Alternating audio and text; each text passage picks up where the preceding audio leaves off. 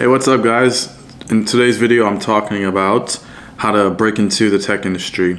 In this video, the background of this video is in one of my recent videos I had a poster ask if I could talk about career advice, and then he asked if I could talk about breaking into the lucrative field of software engineering or non-technical roles in tech.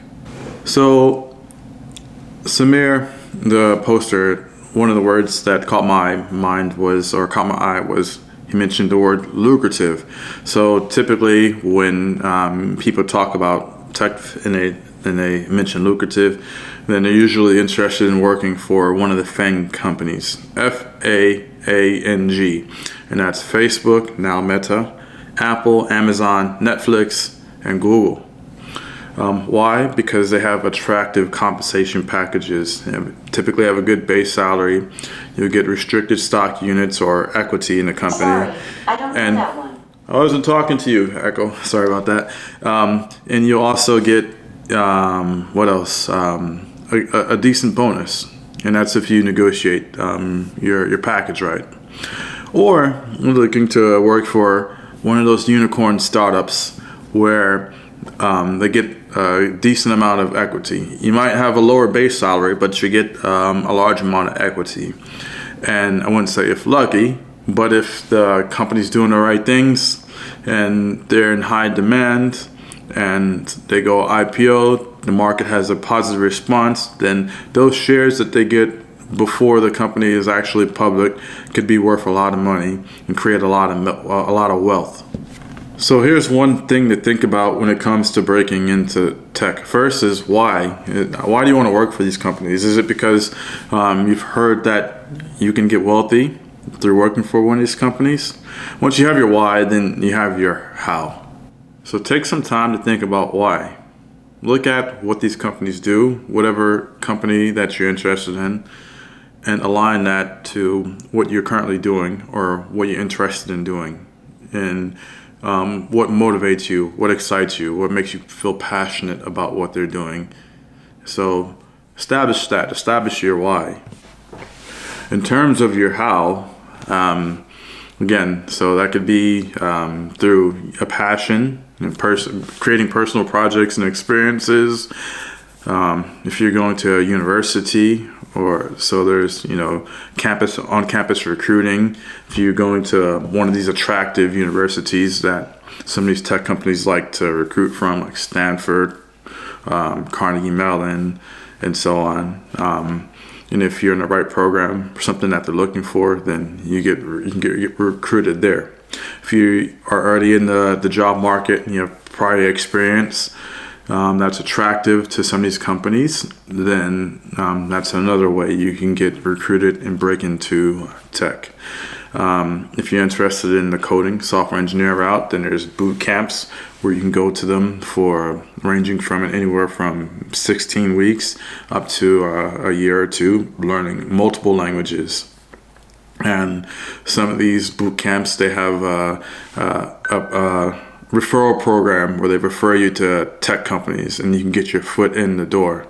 Not guaranteed, but it's another way to break in. And then also there's networking. So if you know someone who works for one of the tech companies, one of the big tech companies, or at a startup, and you match, your experience matches a job opening that they've posted, then you can possibly get a referral. Or, maybe your friend, your colleague knows somebody who knows somebody, and again, you can get a referral. And usually referrals work both ways. One, you get a job. Two, the referral, if the company has some kind of incentive program, that person gets an incentive for referring you. But, just think about it. If you are referring someone and, that they kind of represent you. So if someone refers you, give it your all, make sure that you show up ready, prepared to represent that person, because in a way they're putting their name on the line for you by vetting you as a good candidate.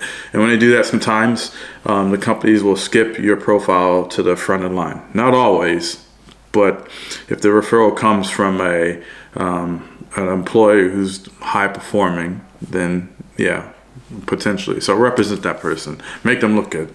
Make yourself look good too. So let's talk about the interview process. The interview process can be tedious. It's rigorous. You have to do like 5 to 7 rounds of interviews, which is typically a mix of telephone conversations and then on-site.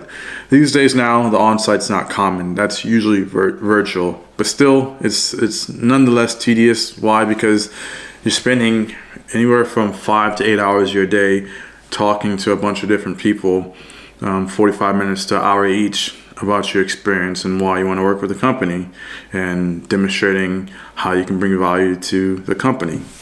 So when you're going through the interview process, you're going to have a mix of technical and behavioral assessments where they assess how you are technically, regardless of what your job is, whether you're a software engineer or you're an executive assistant. There's a technical aspect to both of those jobs, so someone's going to assess you on that. And then you have behavioral assessments. So some of these companies have their own principles, their leadership principles and things that they look for, and they'll assess you how you would fit in culturally and what your experience, how your experience fits what they're looking for. Also, if you're someone who has a growth mindset, can they kind of mold you into their organizational mindset or culture? Like, are you someone who can adapt? And then once you're in, can you drive projects or drive change or lead people if you're going to be a people manager? So another thing that these companies will be looking for are you a problem solver? Can you, giving a specific problem, whether it's a coding challenge or you're in a non-technical role, given a specific scenario, can you solve a problem? And then again, how does your behavior align with the problem solving skills? Are there any red flags that are detected? And then usually somewhere in the mix in the interview process, there's someone, you might not know this person, but this person is called the bar raiser. So the bar raiser. So one of the people interviewing you, you may not know who this person is, but they're assessing you for this quality. Can you raise the bar? Can you come into the organization and raise the bar? Doesn't matter if you had a perfect GPA 4.0. Doesn't matter if what your experience is in the past, but right here, right now, or going into the future, based off their limited assessment, do they believe that you can come in and raise the bar? And so, a good place, and that's something that you need to think about is, again, why do I want to be there? What are they doing? And have some knowledge, some good knowledge about, what they're doing for how you match, and, give a thoughtful response when it comes to, like, why do you want to work here? And then you can point out, I found that you guys are doing this. It's really interesting. In fact, it's part of my passion.